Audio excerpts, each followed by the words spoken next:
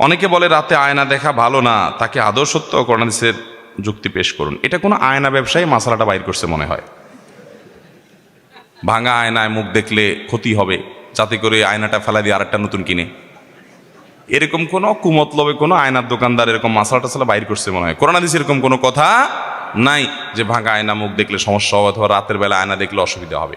আমি মাঝে মধ্যে চিন্তা করি কিছু কিছু বানোয়াট মাসআলা আমাদের সমাজে কোত্থেকে আসলো। মনে হয় কোনো মুরব্বীরা ভালো উদ্দেশ্যে হাদিসগুলো বানাইছে। উদ্দেশ্য যদি ভালো হয় হাদিস বানানো জায়েজ হবে? মান কাযিবা আলাইয়া মুতাআম্মিদান ফালিয়াতাবাওয়া মাকআদাহু মিনান নার। নবীজি বলেছেন, আমার নামে কেউ যদি মিথ্যা কথা বলে, ইসলাম বলে নাই সে নিজে থেকে বানায় বলল, সে যেন জাহান্নামের টিকেটের রিজার্ভেশন করে নিল। এরকম ভয়ঙ্কর একটা ব্যাপার। তো আমাদের দেশে দেখা যায় যে ওরকম অনেক কথা আছে। ধরেন একটা আছে রাতে নখ কাটা ঠিক না, শুনছেন আপনারা? ভাঙা আয়না মুখ দেখা ঠিক না, ভাঙা প্লেটে খানা খাওয়া ঠিক না, রাতের বেলায় বা প্লেটের পানি বাহিরে ফেলানো ঠিক না। এসব ঠিক না ঠিক না ঠিক না যে বলছে, হাদিস কোরআনে কোথাও এটা নিষেধ করে না, কিন্তু এই ঠিক না আসলো কোত্থেকে? আমি চিন্তা করে মাঝে মধ্যে এটার উত্তর পাই। আমার কাছে মনে হয়, আমার ভেতর থেকে উত্তর আসে এটা যে মনে হয় কোনো সময় মুরব্বীরা মনে করছে রাতের বেলায় পোলাপান নখ কাটতে গিয়ে অন্ধকারের মধ্যে আগে যোগে আপনার বিদ্যুৎ ছিল না, আপনার হারিকেন মোমবাতি বা চেরাগের লাইটে নিবু নিবু লাইটে নখ কাটতে গিয়ে আঙ্গুল কেটে ফেলতে পারে পোলাপান, এই জন্য মাসালা বাইর করছে রাতে নখ কাটা ঠিক না। বুঝতে পারছেন? তারপরে যায় আপনার রাতে যদি পানি ফেলেতে যায়, তো এখন তো আর ফকফকা লাইট তখন ছিল না, অন্ধকার ছিল সব, দেখা গেল কেউ আসতেছে তার গায়ে পানি পড়তে পারে, এই জন্য একটা মাসালা বাইর করে দিল যে রাতে পানি ফেলানো ঠিক না। এই যত ঠিক না আছে এগুলো সব সৎ উদ্দেশ্যে হাদিসগুলো বানাইছে হয়তো কেউ বা কারা, কিন্তু এগুলো কোরআন হাদিসে এই যেগুলো বললাম এগুলো নাই। এগুলোর উপর আমাদের সাবধান থাকতে। হ্যাঁ, ভাঙা প্লেটে আপনি খাবেন না, সেটা হয়তো এই কারণে হতে পারে যে ভাঙা জায়গাতে জীবাণু থাকতে পারে, পরিষ্কার ভালো করে হবে না, এই জন্য আপনি না খাইতে পারেন, সেটা স্বাস্থ্যগত বিষয়। শরীয়তের কোনো সে এখানে নাই, নিষেধ করে নাই। এখন কোনো প্লেটের দোকানদার যদি ফতোয়া বানাই দেয় যে ভাঙা প্লেটে খাবেন না, ওটা ফালে দিয়ে নতুন আরেকটা কিনবেন, তাহলে এটা তো ধান্দা হবে, বদমতলব হবে। বিধায় সমস্ত কথা কোরআন হাদিস দ্বারা প্রমাণিত নয়। ছোট শিশু পেশাব করে দিলে গোসল করতে হবে কিনা? ছোট শিশু যদি কোনো কাপড় চোপড়ে পেশাব করে দেয়, তাহলে সেই কাপড় যেই জায়গায় লেগেছে ওই জায়গা আপনি ধুয়ে ফেলবেন। আপনার কোলে পেশাব করছে, রানে পেশাব লাগছে, তাহলে রানটা ধুয়ে ফেলবেন, বাস, পাক হয়ে গেল। গোসল করা জরুরি না। অনেক মায়েরা আছেন এটার জন্য অহেতুক কষ্ট করেন। শীতের দিন বাচ্চা দিয়েছে কোলে পেশাব করে, এবার ভদ্র মহিলা আগা গোড়া পুরা শরীর উনি ধোয়ার জন্য ঠান্ডা পানি দিয়ে চলে যান। না, আপনাকে ইসলাম এত কষ্ট করতে দেয় নাই, অতএব এত কষ্ট আপনি করতে যাবেন না। বাচ্চা পেশাব করলে যে জায়গায় পেশাব করছে ওই জায়গা ধুলে কি হয়ে যাবে? পাক হয়ে যাবে।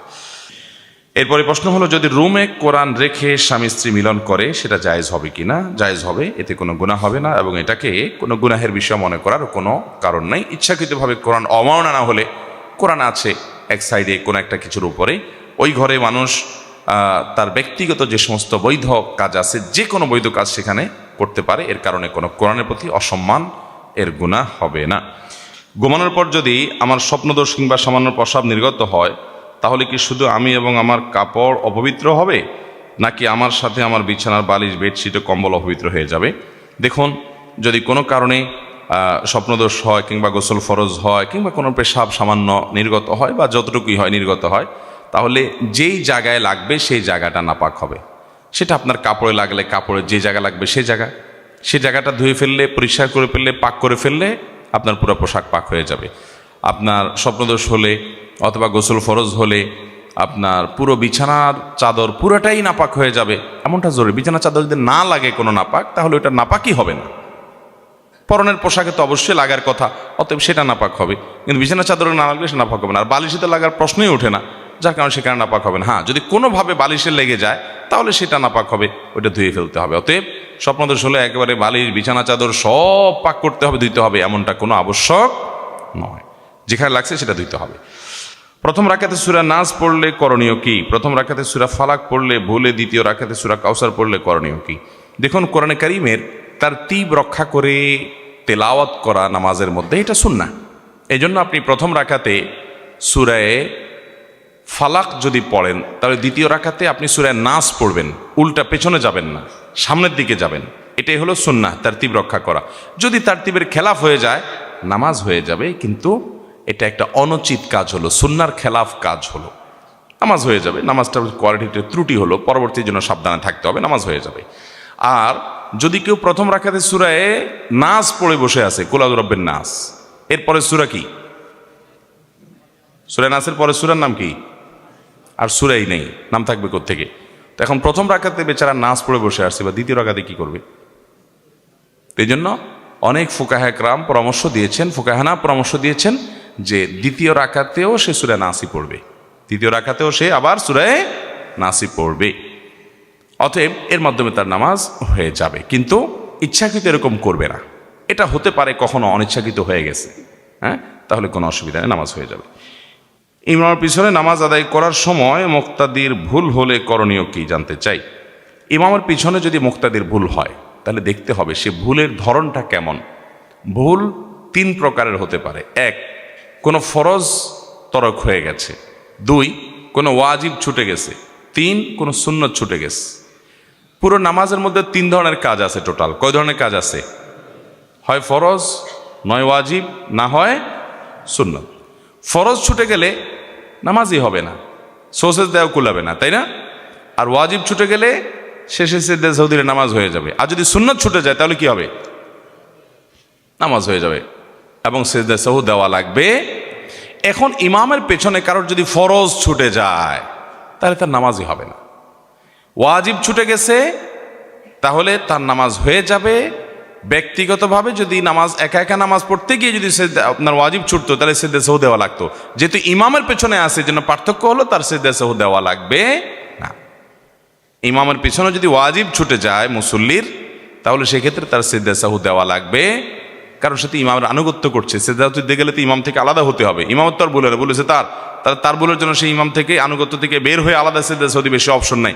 ইমামের আনুগত্য করতে হবে। ইন্নামা জুইলা ইমামুল লিইউতাম্মা বিহি, ইমাম দেয় হয়েছে তাকে আনুগত্য করবার জন্য। বিধায় জামাতের সাথে নামাজ পড়তে গিয়ে ওয়াজিব ছুটে গেলে এর জন্য কিছুই করতে হবে না, নামাজ হয়ে যাবে। ফরজ ছুটে গেলে তো ওইটা পুনরায় পড়তে হবে। আর যদি সুন্নাত ছুটে যায় তাহলে তো সিজদা সাহু কোনো অবস্থাতেই লাগবে না। আমাদের পৌরসভার শতকরা 70% লোক ভাই বোনের সম্পর্ক নাই, কোরআন হাদিসের পরিণতি কি? জবাব চাই। ভাই বোনের সম্পর্ক নাই মানে কি? এর মানে হয়তো ভাই বোনের মধ্যে সেরকম সম্পর্ক, রিলেশন, আন্তরিকতা, ভ্রাতৃত্ব সুলভ, যে আত্মীয়তা সুলভ যে সম্পর্ক থাকার কথা সেটা নাই, নামকাওয়াস্তে আছে। এটা শুধু আপনাদের এই মহেশখালী পৌরসভার সমস্যা না, এই সমস্যাটা সারা দেশের কম বেশি। মানুষ এখন অনেক সেলফিস্ট, অনেক স্বার্থপর, আত্মকেন্দ্রিক হয়ে গেছে। অথচ আল্লাহ তাআলা ইমানদারদের জন্য আত্মীয়তার বন্ধনগুলোকে রক্ষা করা ফরজ করেছেন। কি করেছেন? ফরজ করেছেন। আত্মীয়তার বন্ধনগুলো রক্ষা করা কি নফল কাজ না ফরজ কাজ? ফরজ কাজ। আত্মীয়তার বন্ধন যদি কেউ ছিন্ন করে, নবী করিম সাল্লাল্লাহু আলাইহি সাল্লাম বলেছেন আল্লাহ তাআলা তাকে ছিন্ন করে দিবেন। যে ব্যক্তি আত্মীয়তার বন্ধনকে জোড়া লাগাবে আল্লাহর ভয়ে, আল্লাহর নির্দেশের কারণে, আত্মীয়ের সাথে আগ বেড়ে মিশতে যাবে, তার সাথে সুসম্পর্ক রাখবে, তার উপকার করবে, তার সাথে কানেক্টেড থাকবে, যোগাযোগ রাখবে, ওই ব্যক্তি আল্লাহ রাব্বুল আলামিন তাকে সংযুক্ত করবেন, তার সাথে আল্লাহ রাব্বুল আলামিন সংযুক্ত হবেন, সংযুক্ত রাখবেন তাকে। এটা আল্লাহ তাআলার ওয়াদা এবং হাদিসে বর্ণিত হয়েছে। মোহতারাম হাজরিন, আত্মীয়তার বন্ধন রক্ষা করা এটা কি সুন্নত না নফল? ফরজ কাজ। অতএব আপনার ভাইয়ের সাথে আপনার কোনো যোগাযোগ নাই, কথাবার্তা নাই, উঠা বসা নাই, উল্টা বরং মামলা মোকদ্দমা আছে, হ্যাঁ, শত্রুতা আছে, তার ভালো দেখতে পারেন না, পারলে তার জমিটা মেরে দেন, বাবার সম্পদে তার ভাগটা না দিয়া বাঁচতে পারলে সেই চেষ্টা করেন। এই রোগ বা প্রবণতা যদি থাকে তাহলে নবী করিম সাল্লাল্লাহু আলাইহি সাল্লাম বলেছেন লা ইয়াদখুলুল জান্নাতা কাতি', আত্মীয়তার সম্পর্ক যে ছিন্ন করে সে জান্নাতে যাবে নো এন্ট্রি। মুসলমান হওয়ার পরও যে লোকগুলো জান্নাতে যেতে পারবে না, সে কপাল পড়া মানুষগুলোর ভিতরে একটা হলো আত্মীয়তার সম্পর্ক ছিন্নকারী। এখন আপনি বলবেন, ভাই আত্মীয়তার সম্পর্ক কিভাবে জোড়া দেব? আমি যদি একটু তার সাথে মিশতে যাই, সে তো আমার সাথে মিশতে চায় না। এক হাতে কি আর তালি বাজে? আমি একটু তার উপকার করতে চাই, সে তো আমার ছায়াও দেখতে চায় না। সে পারলে আমার থেকে এড়ায় এড়ায় থাকতে চায়, বা আমি তার জন্য অনেক কিছু করি, সে আমার জন্য কিছু করতে চায় না, স্বীকারও করে না। দেখুন, একটা একটা গুরুত্বপূর্ণ বিষয় হলো, আপনি কারোর উপকার করলেন, কাউকে টাকা পয়সা দিলেন, দান দক্ষিণা করলেন, সাধারণত আমাদের অভ্যাস হলো আমরা তার কাছ থেকে স্বীকৃতিটা আশা করি যে লোকটার জন্য এত কিছু করলাম, অন্তত সে মুখে স্বীকার করুক যে আমি তার জন্য করছি। এটা আশা করি না আমরা অনেক সময়। সূক্ষ্ম একটা বিষয় হলো, এটাও আপনার লৌকিকতা কিংবা মানুষের কাছ থেকে আপনি বিনিময় আশা করার যে অপরাধ, সেটার মধ্যে সামিল হওয়ার ভয় আছে। আপনি তার কাছ থেকে কোনো ফিডব্যাক আশা করবেন না। দেখুন, অনেক সূক্ষ্ম একটা ব্যাপার, কিন্তু আল্লাহ তাআলা কোরআনে বলেছেন, ওয়ায়ুতঈমুনা আত-তাআমা আলা হুব্বিহি মিসকিনাও ওয়া ইয়াতীমাও ওয়া আসীরা ইন্নামা নুতঈমুকুম লিওয়াজহিল্লাহ লা নুরিদু মিনকুম জাযাআও ওয়ালা শুকুরা। আল্লাহ তাআলা নেককার এবং জান্নাতি লোকগুলোর বৈশিষ্ট্য সূরা দাহারে উল্লেখ করতে গিয়ে বলেছেন, তারা মানুষকে খাদ্য দান করে, মানুষকে দান দক্ষিণা করে, এবং এগুলা করার পর বলে, ইন্নামা নুতঈমুকুম লিওয়াজহিল্লাহ, ও ভাই তোমাকে আমি এটা খাওয়াইলাম, দান করলাম আল্লাহকে খুশি করবার জন্য। লা নুরিদু মিনকুম জাযাআ, তুমি এটার বিনিময়ে আমাকে আবার কিছু দিবা, আমি দিলাম তুমিও আমাকে দিবা, এই আশা তো নাই। এমনকি ওয়ালা শুকুরা, তোমার থেকে থ্যাঙ্কসও আমি আশা করি না। তোমার থ্যাঙ্কসও আমার দরকার নাই। আমি থ্যাঙ্কস কার কাছে চাই? আল্লাহর কাছে চাই। খুব সূক্ষ্ম বিষয়, কিন্তু আপনি অনেক উপকার করলেন, লোকটা আপনাকে থ্যাঙ্কসও দিল না, স্বীকারটা পর্যন্ত করলো না, ভাব নিল সে নিজে নিজে সব করছে। আপনি যে এত কিছু করে দিয়েছেন, সে স্বীকারটা পর্যন্ত করতে রাজি না। এরকম লোক আছে না আমাদের সব? যদি সে স্বীকার না করে, তাহলে সে নিজে অপরাধী হবে, কারণ সে নাশকর, সে অকৃতজ্ঞ। কিন্তু আপনি স্বীকারের আশা করবেন না। অনেকে আছে, না ওর জন্য আর কিছু করব না, এত কিছু করলাম, নিমক গরম, স্বীকারই করে না, তাহলে ওর জন্য আর কিছু করব না। এরকম আমরা করি কি করি না? তো ওর কাছ থেকে স্বীকারের আশা যদি আপনি করেন, তাহলে আল্লাহর কাছ থেকে কি বিনিময় পাবেন? আল্লাহর কাছে বিনিময় চাবেন, আর কোনো ফিডব্যাক চাইবেন না, কিচ্ছু চাই না, শুধু আল্লাহর কাছে বিনিময় চাই। তার কাছ থেকে থ্যাঙ্কসটা পর্যন্ত আশা করি না। যা চাওয়ার সব কার কাছে চাই? আল্লাহর কাছে। এটা বলা হয় ইখলাস। ভাই, ইখলাসের একটা মজা আছে, আজীব এক স্বাদ আছে। আপনি আপনার ভাই, আপনার বোন, তার বাচ্চাদেরকে হাদিয়া তোফা দেন, সারা বছর দেন, প্রতি বছর ঈদের দেন, তারা আপনার বাচ্চার দিকে সে তাকাইয়া দেখেও না, দেয়ও না, আছে তাও দেয় না। মানুষ হিসেবে কষ্ট লাগবে, এটা স্বাভাবিক, যে আমি এত দেই, ও একবারও দেয় না, আমার অভাব নাই, কিন্তু একটু দেখ না আমার বাচ্চারা, আমার তো ভালো লাগে, দেয় না সে। তো এই যে আপনি দিয়ে আবার সে দিচ্ছে না কেন সেটা আশা করছেন, এটা আপনার আমল বিনষ্টকারী বিষয় হতে পারে। এই জন্য আপনি এটা আশা করবেন না। সে দেয় না, সে আল্লাহর কাছে জবাবদিহি করবে, কেন তার ভাতিজাদের খেয়াল রাখে না, ভাইয়ের প্রতি খেয়াল রাখে না, আত্মীয়তার সম্পর্ক রক্ষা করে না, সে গুনাহগার হবে। বাট আমি আমার দায়িত্ব পালন করব, আমি তার কাছ থেকে কিছু আশা করব না, আমি আশা করব আল্লাহর কাছ থেকে। এই পলিসি যদি মাথায় রাখেন এবং এই মূলনীতি যদি আপনি অনুসরণ করেন, তাহলে দেখবেন আত্মীয়তার সম্পর্ক রক্ষা করা আপনার জন্য ইজি হয়ে গেছে, সহজ হয়ে গেছে। শয়তান আপনাকে আত্মীয়তার সম্পর্ক থেকে নড়াতে পারবে না। আর না হলে শয়তান আপনাকে কুবুদ্ধি দিবে, আরে তুমি এত কিছু করো, ও তো স্বীকারটা পর্যন্ত করে না, তুমি এত কিছু করো, ও একটু কিছু করুক। দেখবেন আপনার নিজের বই বলবে আপনাকে যে তুমি তোমার ভাই বোনের জন্য কি না করছো, জীবনটা দিয়ে ফেলছো, ওরা স্বীকারটা পর্যন্ত করে না। বউ দেখবেন ফুসলাবে, আছে না নাই? তখন বউকে এ ওয়াজ শুনাই দিবেন যে আমি আমার দায়িত্ব পালন করছি, ওর কাছ থেকে কিছু পাওয়ার আশায় না। ও আমার জন্য চুল পরিমাণ কিছু না করলেও, ও না করার কারণে আল্লাহর কাছে জবাবদিহি করবে, আমার কোনো সে নাই। আমি যা করছি এটার বিনিময়ে ওর কাছ থেকে কিচ্ছু চাই না, থ্যাঙ্কসটাও চাই না। আল্লাহ কোরআনে নেককারদের প্রশংসা করে তাদের বর্ণনা দিতে গিয়ে আল্লাহ বলেছেন, লা নুরিদু মিনকুম জাযাআন ওয়ালা শুকুরা। তারা দান করে বলবে তোমাদের কাছে, ও ভাইয়েরা, তোমাদের যাদের দান করলাম, উপকার করলাম জীবনে, তোমাদের কাছ থেকে বিনিময়ও চাই না, শুকরিয়া বা কৃতজ্ঞতা, থ্যাংক ইউ আশা করি না। তাহলে এইভাবে যদি আপনি দেখেন, তখন আত্মীয়তার সম্পর্ক রক্ষা করা কি হবে? সহজ। এক ব্যক্তি আমাদের প্রিয় নবী সাল্লাল্লাহু আলাইহি ওয়াসাল্লাম কাছে আসছেন, এসে বলছে, ইয়া রাসূলুল্লাহ, আমার এক আত্মীয়, আমি তার সাথে মিশতে চাই, কিন্তু এই আল্লাহর বান্দা পারলে আমার ক্ষতি করে, আমার গোষ্ঠী উদ্ধার করে, মামলা মোকদ্দমা করে, অযথা আমার সাথে গন্ডগোল ফাসাদ করে। আমি চাই তার সাথে একটু ভালো করতে, কিন্তু সে আমাকে এগুলো করতে দেয় না। তখন নবী করিম সাল্লাল্লাহু আলাইহি ওয়াসাল্লাম বলেছেন, শুনো, তুমি যেমনটি বলেছো বাস্তবে যদি এমন হয়, তাহলে তো কপাল পোড়া, ও তো গুনাহগার আত্মীয়র প্রতি অসদাচরণ করার মাধ্যমে। কিন্তু তোমার দায়িত্ব হলো তুমি তার প্রতি সুসম্পর্ক বজায় রেখে চলবে, কারণ লাইসাল ওয়াসিলু বিল মুকাফি, আত্মীয় দেয় সেও দেয়, আত্মীয় ভালো করে সেও ভালো করে, এটা আত্মীয়তার সম্পর্ক রক্ষাকারী না। আত্মীয়তার সম্পর্ক রক্ষাকারী কে? যে তার আত্মীয় তাকে দেয় না তারপরও সে দেয়, আত্মীয় তাকে ভালো কিছু বলে না তারপরও সে ভালো কিছু করে, অর্থাৎ সে ভালো থাকার চেষ্টা করে, এই চেষ্টাটা থাকতে হবে। হ্যাঁ, কোনো কোনো সময় এমন হতে পারে যে সীমানা ছাড়িয়ে যায়, তার কাছে ভালো কিছু করতে গেলে আরো পারলে আমারে ক্ষতি করে, তাহলে আপনি আত্মরক্ষার জন্য দূরত্ব বজায় রাখলেন, সেটা ভিন্ন কথা। কিন্তু দূর থেকে তার কল্যাণ কামনা আপনার মধ্যে থাকতে হবে। আর আত্মীয়ের তালিকায় সবচেয়ে কাছের আত্মীয় কারা? সবচেয়ে নিকটের আত্মীয়, যাদের সাথে সম্পর্ক রক্ষা না করলে আপনার ফরজ তরকের গুনাহ হবে।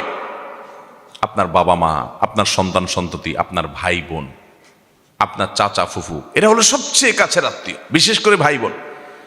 এটা ঠিক যে প্রশ্ন করেছেন তিনি গুরুত্বপূর্ণ প্রশ্ন করেছেন, যে আমাদের দেশে সব জায়গায়, সকল জেলা উপজেলা থানা সব জায়গায় দেখবেন যে মানুষের মধ্যে ভয়ঙ্কর রোগ আজকে ধারণ করেছে, যে আমরা আত্মীয় স্বজনের হক, বিশেষ করে ভাই বোনের সাথে সম্পর্ক আমরা রাখি না। অতএব সর্বাবস্থায় ভাই বোনের সাথে সুসম্পর্ক বজায় রাখবো তো ইনশাআল্লাহ। কোনো যুক্তি, কোনো বুদ্ধি এখানে কুলাবে না যে না সে অমুক, সে তমুক, সে হান, সে তান না। আপনি আপনার চেষ্টা সর্বাত্মকভাবে করবেন, চেষ্টা করবো তো ইনশাআল্লাহ।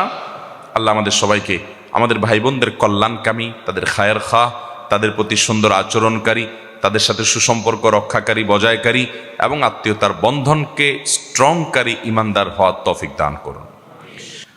আমার জানার বিষয় হলো, আমরা তো জানি যে আল্লাহ তাআলা সকল জীবকে জোড়া জোড়া সৃষ্টি করেছেন, কিন্তু তাহলে কি আল্লাহ তার জোড়া সৃষ্টি করেন না? দয়া করে জানাবেন ভাই।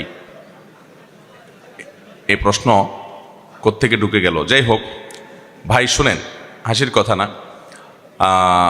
আল্লাহ তাআলা বলেছেন ওয়া খালাকনাকুম আজওয়াজা, মানে কি? আমি তোমাদেরকে সৃষ্টি করেছি জোড়া জোড়া। এটার মানে কি? এটার মানে হলো পৃথিবীর সব মানুষকে আল্লাহ সৃষ্টি করেছেন তার বউ সহকারে। এটার এই মানে না তো। আপনাকে এই মানে কে বলেছে? এটা ভুল মানে। পৃথিবীতে বহু মানুষ আছে যার বিয়ে হয় না, তার আগে দুনিয়া থেকে মরে গেছে, দুনিয়া থেকে চলে গেছে, আছে না নাই? বহু মানুষ দুনিয়াতে এসেছেন, বিয়ে হয় নাই, তার আগে তিনি দুনিয়া থেকে চলে গেছেন। তাহলে তাকে আল্লাহ তাআলা কিভাবে জোড়ায় সৃষ্টি করলেন? এখানে জোড়ায় জোড়ায় সৃষ্টি করার উদ্দেশ্য হলো, এই আয়াতের ব্যাখ্যা হলো যে আল্লাহ তাআলা প্রত্যেকটা জিনিসে, ধরুন নারী পুরুষ সৃষ্টি করেছেন, পাশাপাশি নারী সৃষ্টি করেছেন, এ হলো জোড়া।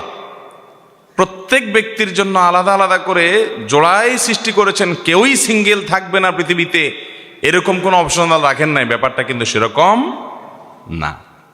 যদিও মানুষ বৈবাহিক জীবন যাপন করা, এটাই হলো সুন্নাহ, এটাই নবী রাসূলগণের আদর্শ, আমাদের নবী সাল্লাল্লাহু আলাইহি ওয়াসাল্লামের সুন্নাহ। তিনি বলেছেন আন-নিকাহু মিন সুন্নতি, বিবাহ এটা আমার সুন্নাহ, আমার আদর্শ। যে ব্যক্তি এই সুন্নাহকে এড়িয়ে যাবে, আমার সুন্নাহকে যে ব্যক্তি এড়াবে, সে আমার উম্মত হতে পারে না।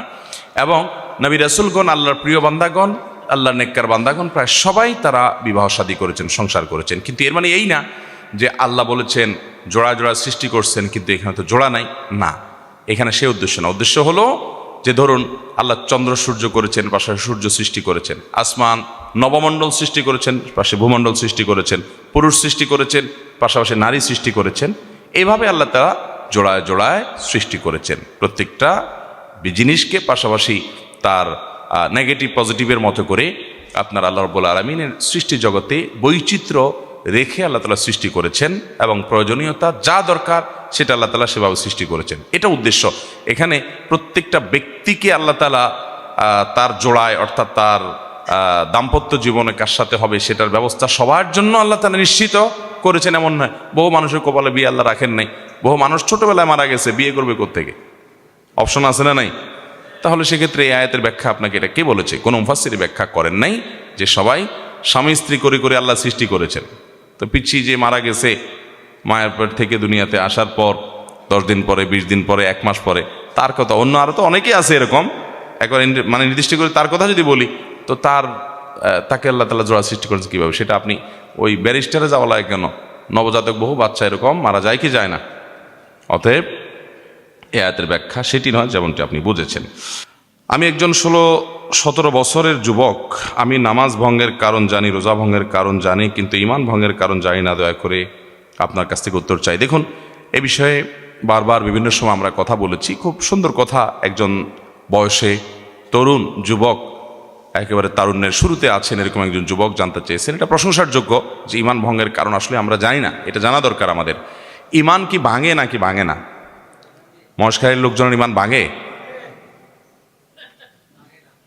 আপনাদের জীবনে ইমান ভাঙছে যাদের, এটা হাত তোলেন তো যে ইমান ভাঙছিল। কিও একটু আগে বললেন ভাঙে, এখন হাত তুললেন না। হ্যাঁ, অজু ভাঙে? আপনাদের মহেশখালীতে অজু ভাঙে না এক অজুতে চলে সারা লাইফ? ভাঙে। এখন যদি বলি কার কার অজু ভাঙছে গত 2-4-5 দিনের মধ্যে, তো সবাই হাত তুলবেন। হ্যাঁ, অজু তো ভাঙছেই। কাল রাত্রিতে ঘুমাইছি অজু ভাঙছে, পেশাব করছি অজু ভাঙছে, পায়খানা করছি অজু ভাঙছে, আমরা সবাই জানি, ঠিক না ভাই? তাহলে ইমান ভাঙছে কি না এই বিষয়ে প্রশ্ন করলে উত্তর পাওয়া যায় না। ইমান ভাঙে কেমনে এটাই তো জানি না, তা হাত তুলব কি? দেখুন, কেউ যদি ইমান আনার পর শিরকে লিপ্ত হয় তাহলে ইমান ভেঙে যায়। শিরকে লিপ্ত হলে কি হবে? আপনি ইমান এনেছেন, এরপরে কোনো দরবারে গিয়া ওই দরবারওয়ালার কাছে ধর্ণা দিছেন, শিরক করলেন, ইমান ভেঙে যাবে। ওই দরবারওয়ালাকে আল্লাহর স্থলাভিষিক্ত, আল্লাহর পাওয়ারফুল, আল্লাহর মতো মনে করলেন, আল্লাহর পর্যায়ে নিলেন। এমনকি কোনো নবী রাসূলকেও যদি আল্লাহর পর্যায়ে নিয়ে যান, যেমন ঈসা আলাইহিস সালামকে, মারিয়ামকে এবং ওজায়েরকে ইহুদি নাসারারা আল্লাহর পর্যায়ে নিয়ে গেছে এবং আল্লাহর পরিবারভুক্ত ইত্যাদি বলে তারা কুফরি করেছে, তারা ঈমান হারা হয়ে গেছে। অতএব কেউ যদি আল্লাহর সম্পর্কে ত্রুটি করে শিরকে লিপ্ত হয়, আল্লাহর কোনো পার্টনার সাব্যস্ত করে, সাবধান থাকতে হবে শিরক থেকে। এই জন্য যে আমল যা করি না করি, ওই যে আজকে আলোচনা বললাম, শিরক করবেন তো আমল বরবাদ হয়ে যাবে। সেজন্য শিরক থেকে বেঁচে থাকতে হবে। কোনো কিছুর দরকার কার কাছে চাইবেন? ইযা সাআলতা ফাসআলিল্লাহ ওয়া ইযা ইসতাআনতা ফাসতাঈন বিল্লাহ। যখন কিছু চাইবা আল্লাহর কাছে চাইবা, যখন সাহায্য চাইবা আল্লাহর কাছে চাইবা। এই জন্য আমরা নামাজে প্রত্যেক রাকাতে বলি ইয়্যাকা না'বুদু, আল্লাহ আপনার কাছে আপনারই ইবাদত করি আর আপনার কাছেই সাহায্য চাই, আর কারোর কাছে না। তো আপনি যে মাজারে দৌড়ান, কোনো পীর সাহেবের হাতে পাওয়ার আছে মনে করে তার কাছে গিয়া সব দেন, তার কাছে পাওয়ার আছে? আরে সে নিজেই তো আল্লাহর গোলাম, তার কাছে কোথায় যাচ্ছেন? আপনি চাবেন মালিকের কাছে, গোলামের কাছে কেন চাচ্ছেন? আল্লাহ তাআলা আমাদেরকে সমস্ত শিরক থেকে বেঁচে থাকার তৌফিক দান করুন। তাহলে শিরকে লিপ্ত হলে তার ঈমান ভঙ্গ হয়ে যায়, কুফরে লিপ্ত হলে ঈমান ভঙ্গ হয়ে যায়। আল্লাহর কোনো বিধান নিয়ে কারো সংশয় সন্দেহ সৃষ্টি হলো, ঈমান ভেঙে যায়। শরীয়তের একেবারে সুস্পষ্টভাবে প্রমাণিত কোনো বিষয় নিয়ে তামাশা করলেন, তুচ্ছ-তাচ্ছিল্য করলেন। কোনো দোস্ত দাড়ি রাখছে, অনেকদিন পরে দেখলেন হঠাৎ করে তার মুখে দাড়ি, এতদিন দাড়ি ছিল না, বললেন কিরে দোস্ত, আরে তোর তো ছাগলের মতো দেখা যাচ্ছে দাড়িগুলা। নবীজি সুন্নত নিয়ে ব্যঙ্গ বিদ্রুপ করলেন। আপনি জানেন নবী সাল্লাল্লাহু আলাইহি ওয়াসাল্লামের সুন্নাহ এটি, তার নির্দেশ, তারপরও ব্যঙ্গ করলেন। অনেকদিন পরে কোনো মেয়ে তার বান্ধবীকে দেখেছে যে সে বোরকা পরে, হিজাব পরে, নেকাব পরে, পর্দা পশিদার সাথে চলে। আগে সে খোলামেলা চলতো, পর্দা পশিদা মানতো না, ফাসিকি জিন্দেগি করতো, যাপন করতো। এখন সে পর্দা করে। দেখার পরে বললেন কিরে কি ব্যাপার, ভূতের মতো দেখা যায় দেখি। ব্যাস হাসি মুখে বলে ফেলছেন, মনে করছেন রসিকতা করছেন। সব জিনিস নিয়ে রসিকতা করা যায় না। শরীয়তের কোনো বিষয় আপনি নিজে মানতে পারেন না, এর কারণে আপনি ইমানদার হারা হবেন না। কিন্তু আরেকজন মানে, তার নিয়ে তাচ্ছিল্য করলেন, ব্যঙ্গ করলেন, ইমান নষ্ট হতে পারে। তো এরকম অনেক বিষয় আছে ইমান ভঙ্গের কারণ। আল্লাহ আমাদেরকে বোঝার তৌফিক দান করুন। আমি নাপাক অবস্থায় জেনে শুনে ফজরের নামাজ পড়েছিলাম, বাবা ভাই কিছু বলবে বলে, এখন আমার কি করতে হবে? ইন্না লিল্লাহি ওয়া ইন্না ইলাইহি রাজিউন। খুবই জঘন্য কথা। আপনি আপনার বাপে কি বলবে, ভাই কি বলবে, লোকজন কি বলবে, সেই ভয়ে, সেই লজ্জায় গোসল ফরজ হয়েছে, স্বপ্নদোষ হয়েছে, বা যেভাবেই হোক গোসল ফরজ হয়েছে, আপনি এখন ওই অবস্থা ফজর পড়ে ফেলছেন। আপনি জঘন্য অপরাধ করেছেন, ভয়াবহ অপরাধ করেছেন। অপবিত্র অবস্থায় আল্লাহ তাআলাকে সেজদা নিবেদন করা, নামাজ পড়া, এটা ডেঞ্জারাস অপরাধ ভাই। এটা ঈমান নিয়ে টানাটানি হওয়ার মতো অপরাধ, খুব জটিল একটি বিষয়। যেহেতু অপরাধ হয়ে গেছে, প্রশ্ন করেছেন, আল্লাহর কাছে অনুতপ্ত হবেন, লজ্জিত হবেন, মাপ চাইবেন এবং মৃত্যু পর্যন্ত আর জীবনের জন্য কখনো এই ভুল না হয় সে পরে সাবধান থাকবেন। আর মনে রাখবেন, কিছু কিছু লজ্জা আছে, এই লজ্জাগুলো নিন্দনীয় লজ্জা। যেমন আপনি কোথাও বেড়াইতে গেছেন আর রাত্রে স্বপ্নদোষ হয়ে গেছে, যেভাবে হোক গোসল ফরজ হয়ে গেছে। এখন চিন্তা করতেছেন এখানে জীবনে কখনো আসি না, বেড়াতে আসছি, এখন কাপড় চোপড়ও আনি নাই, হঠাৎ রাত্রে ছিলাম, হয়ে গেল স্বপ্নদোষ। এখন যদি এদের কাছে বলতে চায় একটা কাপড় দেন, একটা গামছা দেন, বলবো যে পোলা বেহায়া নাকি, কি করলো সে? এ ফজরের সময় গোসলের জন্য কাপড় চোপড় চাচ্ছে। আপনার সেজন্য শর্মের চোটে আপনি তার কাছে কিছু চাইলেন না, চুপচাপে শুয়ে থাকলেন, নামাজ পড়লেন না, কিংবা পবিত্র নামাজ পড়লেন। এই যে লজ্জা, লাজুকতা, এই যে জড়তা, কি বলবে তারা, লজ্জার কারণে চাইলেন না, এই লজ্জাটা ইমানের রঙ্গ না, এটা কুফুরি রঙ্গ। যে লজ্জাটা আপনাকে পাপের কাজ থেকে বাঁচায় তো নাই, বরং পাপের কাজ করায় আপনাকে দিয়ে, ওই লজ্জাকে জয় করতে হবে। ওইটা লজ্জা না, এখানে সাহসিকতার পরিচয় দিতে হবে। এটাকে সৎ সাহস বলে। সে যা মনে করে করুক, ওনারা যা মনে করে করুক, আমার ইমান, আমার নামাজ, আমাকে ফরজ নামাজ পড়তেই হবে, এটা কোনো অবস্থাতে কম্প্রোমাইজ নাই। নামাজ এমন এক বিষয়, যুদ্ধের ময়দানে, রণাঙ্গনে পর্যন্ত সলাতুল খওফ পড়তে হবে, এক রাকাত করে ভেঙে ভেঙে নামাজ পড়বে প্রয়োজনে, তারপরও নামাজ পড়তে হবে। কারোর সতর ঢাকার মতো কিচ্ছু নাই, ওই অবস্থায় নামাজ পড়তে হবে। ক্যাবলা কোন দিকে জানে না, আন্দাজ করে পড়তে হবে। নামাজ মাপ নাই, দাঁড়ায় পড়তে পারে না, বসে পড়তে পারে না, শুয়ে, শেষ যতক্ষণ আছে নামাজ মাপ নাই। এত গুরুত্বপূর্ণ বিষয় ইসলামে। সব বিষয়ের বিকল্প আছে, নামাজের কোনো বিকল্প নাই। নামাজের বিকল্পই নামাজ, নামাজ ছাড়া কোনো উপায় নাই। অতএব আমার ফরজ নামাজ পড়তে হবে, গোসল ফরজ হয়ে গেছে, অপবিত্র অবস্থা নামাজ পড়া জায়েজ নাই, বিধায় আমাকে তাদের কাছ থেকে যে কাপড় নিতে হবে, গামছা নিতে হবে, তারা জেনে যাবে, জেনে যাক, কিচ্ছু আসে যায় না। হ্যাঁ, একটু লজ্জা লাগবে, লাগুক, এই লজ্জাকে জয় করতে হবে। এটাকে বলা হয় সৎ সাহস। এটাকে বলে কি? এটাকে বলে সাহসী। আমাদের দেশে তো এখন সাহসীর সংজ্ঞা ভিন্ন। কোনো মহিলা কাপড় চোপড় খুব বেশি শর্টকাট করে ফেললো বা একদম খুলে ফেললো আর কি মনে করেন, তো পত্রপত্রিকা লেখে সাহসী নারী, এনেরে নারী সাহসী আপনার ভূমিকা অবতীর্ণ, সাহসী অভিনয় করেছে। সাহস হলে এখন কাপড় চোপড় খুলে ফেলা। বেহায়া হয়ে গেলে তার নাম কি? সাহসী। যে নির্লজ্জ হওয়ার মতো সাহস করছে সে, এটারে সাহসী নাম দিছে। আসল সাহসী হলো ওই যুবক, যে যুবক ফজরের সময় গোসল করতে গিয়ে কেউ টের পেয়ে যাবে, ফরজ হয়ে গেছে গোসল, স্বপ্নদোষ হয়ে গেছে, তারপর সে কোনো হেজিটেশন করে না, আল্লাহর ফরজকে অগ্রাধিকার দিয়ে কে কি বললো এতে পাত্তা না দিয়ে সে আল্লাহর বিধানকে মেনে চলে। এই হলো আসল সাহসী। অতএব আসল সাহসী হবেন তো ইনশাআল্লাহ। আল্লাহ আমাদেরকে তৌফিক দান করুন। রাতের ঘুম যাওয়ার পর রাত্রের ঘুম যাওয়ার পর রোমে ভয়ঙ্কর শব্দ শুনি, তারপর নড়াচড়া করতে পারি না, করণীয় কি? অনেকের এটা হতে পারে, রাতে আপনি বিকট আওয়াজ শুনলেন। অনেক সময় দেখা যায়, অনেকে অভিযোগ করে যে রাতে ঘুমায় আসি, টয়লেটে কোনো মানুষজন কেউ নাই, কিন্তু পানির শব্দ পুরা ফুল ভলিউমে, আপনার টেপ ছাড়া, পুরা টেপ ছেড়ে দেওয়া, সসর করে পানি পড়তেছে, মানুষ কেউ নাই, দরজা খুলে দেখি কেউ নাই, কোনো আওয়াজও আর নাই। এরকম অসুবিধা হয়। এগুলোকে ডাক্তাররা, মানসিক চিকিৎসকরা নানা রকমের ব্যাখ্যা করবেন। অনেক ক্ষেত্রে তাদের ব্যাখ্যা সঠিক হতে পারে, কিন্তু একটা কথা মনে রাখবেন, জিনের অস্তিত্বকে এখনো পর্যন্ত বিজ্ঞান স্বীকার করে নাই, কিন্তু জিনের অস্তিত্ব আছে। কোরআনে কারিমে সূরা জিন এবং অন্যান্য জায়গায় আল্লাহ তাআলা জিনের অস্তিত্বের কথা বলেছেন, যাদেরকে আমরা দেখি না। মানুষের মতো এরকম আরেকটা সৃষ্টি আছে, যারা বাতার সাথে মিশতে পারে, যারা কোনো জায়গায় আছে, আমরা তাদেরকে দেখি না। এরকম জিনের অস্তিত্ব নিয়ে আজকে এখানে একজন মেহমান আসছেন, নাহিদ ভাই নাম, ইঞ্জিনিয়ার নাহিদ ভাই, ও যে মুজাহিদ ভাই চিনে, এই ভদ্রলোকের বাসায় জিনের উপদ্রব হয়েছে। উনি বলেন যে ভাই, আমরা সবাই বসে আছি, ফ্রিজ থেকে একটা ডিম হঠাৎ করে আমাদের ডাইনিংয়ের উপর থেকে ধপাস করে ছেড়ে দিস, কোনো মানুষজন দেখি না, কিন্তু ছেড়ে দিস।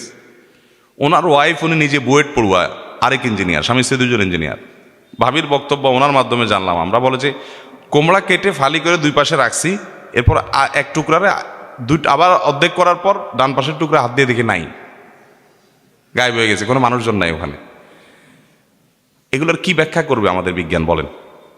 মানসিক রোগী তো, মানসিক রোগী কতজনকে বানাবেন আপনি? আল্লাহর অস্তিত্বের ব্যাপারে যদি কারোর পরিপূর্ণ ঈমান আনার ব্যাপারে কোনো ঘাটতি থাকে, শুধু ঈমান আনতে চায়, আল্লাহর অস্তিত্বের ব্যাপারে যদি কারোর ঈমানের ঘাটতিকে দূর করতে চায়, জিনের অস্তিত্বের সম্পর্কে একটু জানার চেষ্টা করলেই হবে।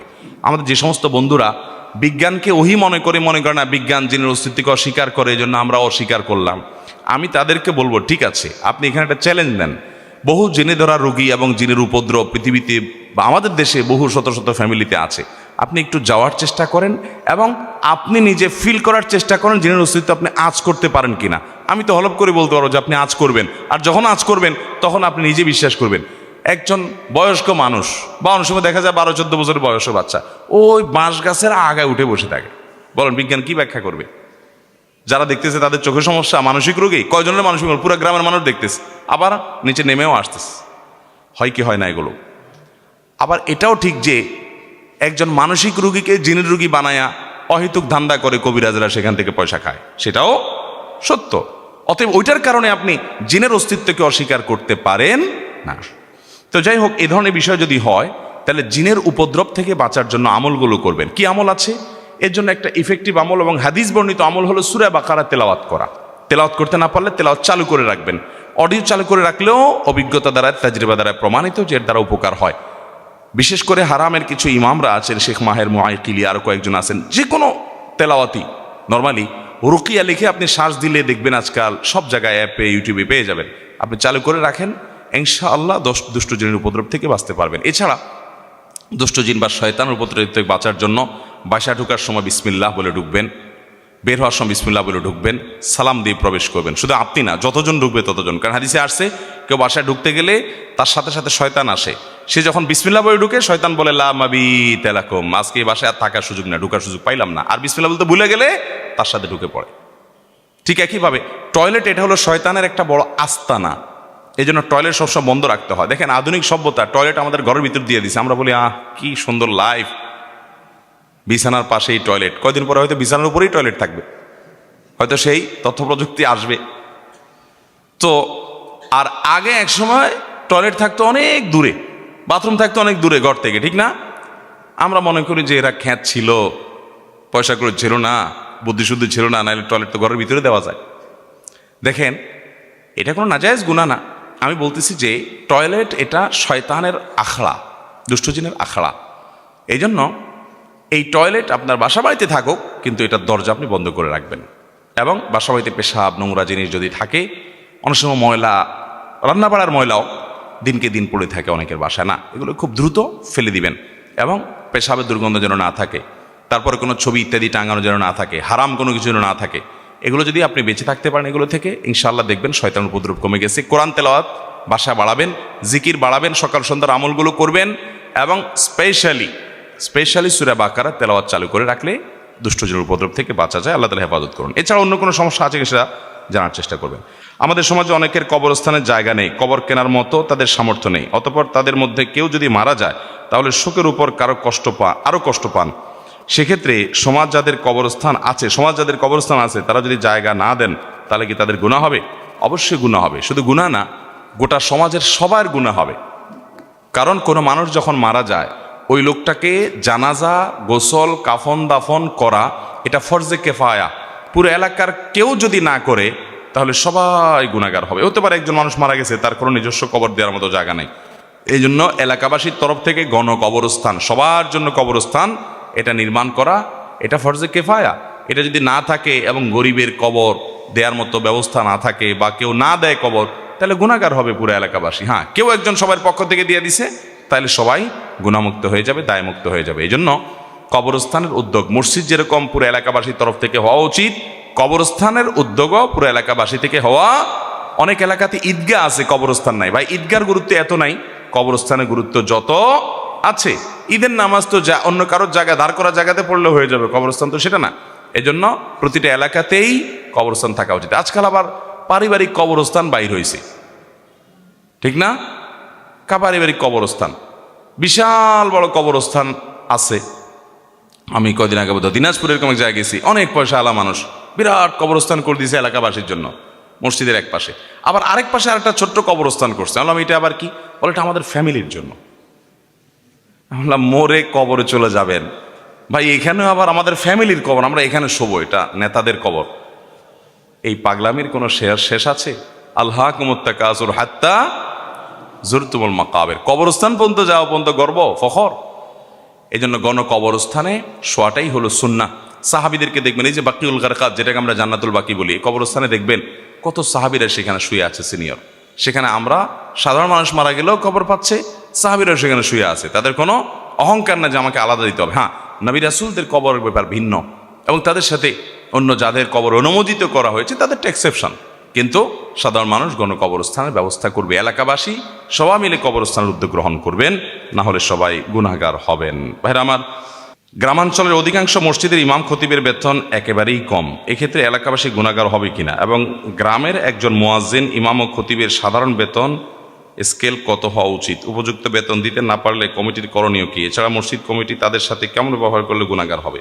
অনেকগুলো প্রশ্ন একসাথে করে ফেলছেন। এ বিষয়ে জবাব দেওয়ার আগে বলতে চাই, কদিন আগে একটা ভিডিও ফুটেজ দেখছি আমি, আপনারা কেউ কেউ দেখছেন কিনা জানি না। ইন্ডিয়ার একজন আলেম, ভারতের একজন আলেম, উনি এরকম কোন এক মাহফিলে বক্তব্য দিচ্ছেন স্টেজে, পাশে মসজিদের ইমাম সাহেব ছিল এলাকার। তো এই ইমাম সাহেবকে জিজ্ঞেস করতেছে, আপনি কি এলাকার ইমাম? বলে হ্যাঁ। বলেন যে বেতন কত? তো ইমাম সাহেব বলে 5,000। তখন ওই আলেম সাহেব বললেন নামাজ হবে না একটারও। আপনার বেতন যদি 5,000 দেয় তাহলে এগুলো একটারও নামাজ হবে না, কারণ 5,000 দিয়ে বেচারা কি করবে, কেমনে চলবে? ইমাম মুয়াজ্জিনদেরকে সম্মানজনকভাবে চলার মতো সম্মানী এটার ব্যবস্থা করা মসজিদ কর্তৃপক্ষের দায়িত্ব। আমরা অনেক সময় মনে করি ইমাম মুয়াজ্জিনরা আমাদের দয়ার ভিখারি হয়ে থাকবে, কাঙ্গাল হয়ে থাকবে। এটা খুবই লজ্জার কথা ভাই। আপনি কার পিছনে নামাজ পড়বেন, আপনার রুচি কি, সেটা নির্ভর করে আপনি তার সাথে কেমন আচরণ করছেন তার উপরে। আপনি যদি ইমামকে চাকরের মতো ট্রিট করেন, আপনি যদি মনে করেন আপনার ইমাম কাঙ্গাল হয়ে থাকবে, গরিব হয়ে থাকবে, অভাবী হয়ে থাকবে, ভিখারি হয়ে থাকবে, আপনার কাছে হাত বাড়াবে, আপনার দিকে চেয়ে থাকবে, তাহলে তো আপনি একজন চাকর, যাকে আপনি চাকর হিসাবে ট্রিট করতেছেন, আপনি চাকরের পিছনে নামাজ পড়তেছেন। আপনার নামাজ নিয়ে তো টানাটানি হতে পারে। নামাজ তো পড়বেন ইমামের পিছনে। ইমাম মানে তো নেতা, তাকে আপনি নেতা বানাবেন, নেতার মতো করে তাকে রাখবেন, সেই মানসিকতা থাকতে হবে। বেশিরভাগ মসজিদগুলোতে এগুলো নেই। অনেক মসজিদের ইমাম সাহেবরা আমাদের কাছে প্রশ্ন দেন, ভাই ঈদের সময় মুসল্লিদের কাছ থেকে টাকা উঠানো, ইমাম মুয়াজ্জিনদের ঈদ উপলক্ষে বোনাস দিব এটা বলে, রমজানে ইমাম মুয়াজ্জিনদের জন্য টাকা তোলা হয়, বিভিন্ন সময় টাকা তোলা হয় তাদের বেতনের কথা বলে, বোনাসের কথা বলে। বেশি টাকা উঠলে কমিটির লোকেরা তাদেরকে হালকা পাতলা কিছু দিয়ে বাকিটা মসজিদে রেখে দেয়। সম্পূর্ণ গুনাহ হবে এবং নাজায়েজ হবে, এটা জায়েজ নাই। ইমাম সাহেবদের বেতনের স্কেল কত হবে? একটা সমাজে যেখানে মসজিদ, সেখানে সম্মানজনকভাবে তার বেঁচে থাকার জন্য যা দরকার সেটা দিতে হবে। অনেক মসজিদের কমিটি আছে, আমি ব্যক্তিগতভাবে চিনি, জানি, বলছি ভাই বেতন এত কম কেন? বলে যে না, একটু দোয়া দুরুদ আছে না, তাদের একটু দোয়া দুরুদ আছে না, ওইটা দিয়ে তাদের পোষায় যায়। এটা হলো ওই হোটেলের কর্মচারীদের মতো আর কি। গতকালকে কক্সবাজারে, গতকাল না পরশু, কক্সবাজারে এক হোটেলের শ্রমিকরা আমাকে ধরলো, ভাই মালিক দেখি আপনার ভক্ত, আপনার সাথে ছবি টবি তুলতে আসলো, হানতান, এই বেটা কোটি কোটি টাকা কামাই করে, আমাদের টাকা পয়সা ঠিক মতো দেয় না। এক শেফ এসে বললো, ভাই আমি শেফ, শেফের বেতন কেউ আটকায়? এ বদলোক আমার বেতনও ঠিক মতো দেয় না, ঘুরায় আমারে, একটু কিছু বলেন। তো আমি বললাম ঠিক আছে, আমি তাকে বলবো, তার নাম্বার নিয়ে আনিছি, তাকে আমি নাসিহা করবো আল্লাহর জন্য, কিন্তু ঠিক মতো দেয় না। কেন দেয় না? হোটেলে কর্মচারী বেতন না দেওয়ার কারণে যে ও তো টিপস পায়, এই জন্য বেতন না দিলেও চলে, ফাও, ঠিক না? তো আপনি ঠিক ওই হোটেলের কর্মচারীর মতো করে আপনার ইমামের ব্যাপারে চিন্তা করছেন কি, উনি তো হাদিয়া তোফা পায়, একটু দোয়া দুরুদ পড়ে পয়সা করে কামায়, অতএব বেতন কম দিলেও চলে। এগুলো খুব নিকৃষ্ট চিন্তা। আপনার ইমামকে এমনভাবে আপনি বেতন দিবেন তিনি সম্মানজনকভাবে চলতে পারেন এবং কারো কাছে তার হাত পাততে না হয়, না হলে আমরা গুনাহগার হব। মসজিদ কমিটি ঠিকমতো দায়িত্ব পালন না করতে বলে তারা সরে যাবে, কিন্তু তারা এরকম কোনো কাজ করবে না। অনেক মসজিদ কমিটির লোক আছে, আমি ঢাকার অনেক মসজিদের কথা জানি, লক্ষ লক্ষ টাকার পাহাড় অ্যাকাউন্টে আছে, কিন্তু স্টাফদেরকে দিতে রাজি না। আসলে টাকার নেশাটা এত ডেঞ্জারাস, সব জায়গায় পয়সা পয়সা করতে করতে নিজের টাকা যেরকম আল্লাহ জামা আমালাহু আদাদা শুধু গনে আর একত্র করে, মসজিদের দায়িত্ব পাইও টাকার পাহাড় করে। কিরে ভাই, তোমার টাকার পাহাড় করতে বলছে, এই ব্যবসা প্রতিষ্ঠান, মসজিদের উন্নয়ন ব্যয় করো, স্টাফদের জন্য ব্যয় করো, এই মানসিকতা থাকতে হবে। আলহামদুলিল্লাহ আমরা আমাদের আসুন্নাহ ফাউন্ডেশনের যারা স্টাফ আছে, আমাদের মাদ্রাসায় যারা স্টাফ আছে, আমরা তাদেরকে সমাজে অন্য যে কোনো মাদ্রাসা এবং সাধারণ দিনী বা চ্যারিটি প্রতিষ্ঠানের চাইতে তারা যেন ভালো থাকতে পারে সেই চেষ্টাটা আমরা করি। আমরা যারা পরিচালনার সাথে আছি, আমরা কেউ পকেট মানিও নেই না, কোনো গাড়ি ভাড়াও নেই না, তেল খরচও নেই না, চায়ের টাকাও কেউ নেই না, কিন্তু স্টাফ যারা আছে তারা যেন সম্মানের সাথে, বিশেষ করে শিক্ষক, মাদ্রাসার, মসজিদের, তারা যেন ঠিকমতো চলতে পারে সেই চেষ্টা করি। এই জন্য আমাদের সবার উন্নত চিন্তা থাকতে হবে। আপনি কি চাকরের পিছনে নামাজ পড়বেন না নেতার পিছনে নামাজ পড়বেন? এটা নির্ভর করে আপনার আচরণের উপরে। আপনি যদি ইমাম সাহেব করেন, এই ইমাম সাহেব আপনার না বলছি এটা করতে, তাহলে তো লোকটা আপনার চাকর হইলো, তাহলে আপনি চাকরের পিছনে নামাজ পড়তেছেন। আপনার রুচি কি? আপনার রুচি হওয়া উচিত আমি ইমামের পিছনে নামাজ পড়বো, নেতার পিছনে পড়বো, তাহলে তাকে নেতার মতো সম্মান দিতে হবে। শুধুমাত্র ইলিম আছে তার কাছে, বেচারা হয়তো সদ্বুদ নাই, আপনার মতো এত শেয়ানা পাবলিক নাই, একটু সহজ সরল, কিন্তু লোকটার মধ্যে ইলিম আছে, সে আপনার চাইতে আল্লাহর কাছে অনেক বেশি মর্যাদাবান। ইয়ারফাইল্লাহুল্লাযীনা আমানু মিনকুম ওয়াল্লাযীনা উতুল ইলমা দারাজাত। ইমানদারদেরকে আল্লাহ অনেক মর্যাদা দিয়েছেন, কিন্তু যাদের এলেম আছে, আলেম, তাদের মর্যাদা অনেক বেশি। আল্লাহ তাআলা আমাদের সবাইকে ওলামা একরামের মর্যাদা দেওয়ার তৌফিক দান করুন, মসজিদের ইমাম সাহেবদের হক আদায় করার তৌফিক দান করুন।